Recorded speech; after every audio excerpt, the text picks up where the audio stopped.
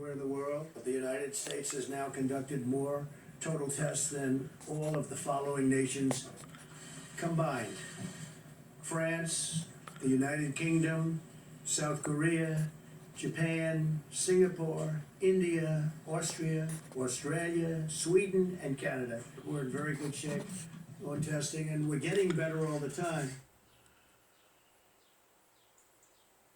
So there's the president with a rosy picture of testing in our country. The problem is the numbers don't support what he's saying, and let's bear that out at the big board with our national political correspondent, Steve Kornacki, who's been crunching the numbers on testing in this country. Steve, we had a White House correspondent on our broadcast last night, and we discussed this. This is partly on us as a press corps because we've been unable to make inroads at these briefings. President says 5 times that we lead the world. No one is doing this kind of testing.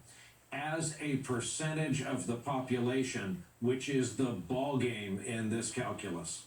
Yeah, there are a lot of numbers that are sort of out there, a lot of different ways you can look at the testing picture. Let me try to take you through a few of the key ones, I think. First of all, this is sort of the bottom line here. This is the number of tests that are being performed in this country on any given day. Each one of those bars you see is a day. And I think you see a couple things that jump out at you here. First of all, there was a pretty quick and pretty dramatic escalation that peaked around the beginning of April. And since then, we've kind of flatlined. It's pretty steady here, the number of tests a day that are being performed. The last full day, yesterday, that we have data for, there were about 150,000 tests that were performed in this country. And what the experts are saying is, you don't want that bar to be here, you want that bar to be up here. You want to be at about 500,000, about 500,000 a day. And again, for a couple weeks now, we've pretty much been in that 140,000 to 150,000 range. So that's the overall number of tests. Another way you can look at this is the positivity rate. So let me take you through these.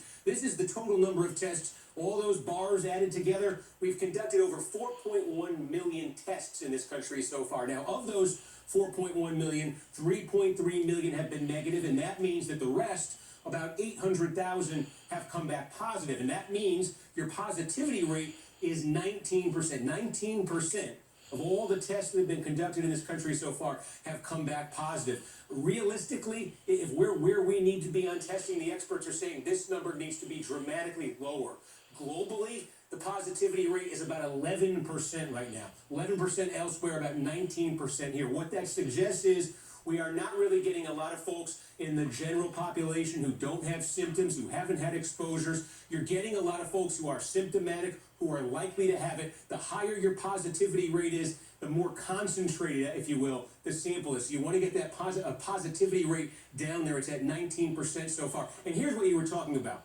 The total number of tests performed by the United States compared to the total number of tests by other countries is one thing, but of course there's huge population disparities between countries. There's 330 million people here in the United States. We're talking about other countries with 50, 60, 70 million people. So of course there are going to be more tests, the raw number that are performed here, but this stat tries to flatten that out so you can really compare between countries. This is the number of tests that are performed for every 1,000 people who live in a country. This is the rate of testing. And what you see here, these 3 countries, Italy, Germany, Spain, they're all at 20 or above tests for every 1,000 people who live in those countries. And you can see the United States is sitting there at 12. We're not the lowest. You actually have worse numbers there in the UK and France, but you can see there's a long way to go to get from 12 to into the 20s to get that testing rate competitive with other countries out there that have been doing a lot of testing within the country. One more thing I can show you here. This is another way to tell how widespread or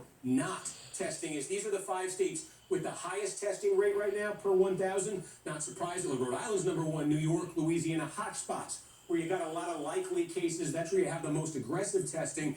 These are the 5 states with the lowest rates here per 1,000 people. And again, you want to get to a place where there's not a huge variance between the states here, because that's when you have more confidence that you're getting not just people who are symptomatic, not just people who've had potential exposures, you're just getting a cross-section of people. That's how you can really find out how many have it, what the rate is. Steve Kornacki at the big board in our very lonesome New York studio. Steve, thank you for that. And with us now, Dr. Kavita Patel, a physician, fellow at Brookings Institution, as well as a former Obama White House healthcare policy director. Also with us, another Obama White House veteran, former Deputy National Security Advisor, Ben Rhodes. Thank you both for being with us. And Doctor, I'd like to begin with you.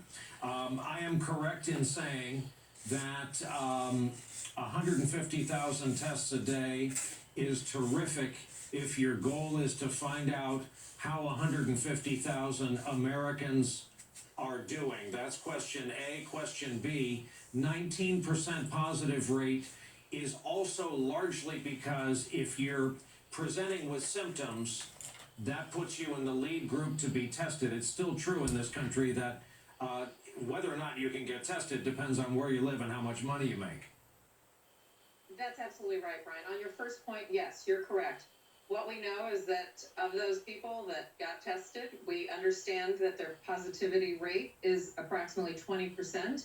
And that is not only, as Steve pointed out, is that very kind of misleading information, but as we're already seeing, there are people who never got tested and in fact probably died from this in California. And I would suspect, Brian, that's just the kind of tip of the iceberg.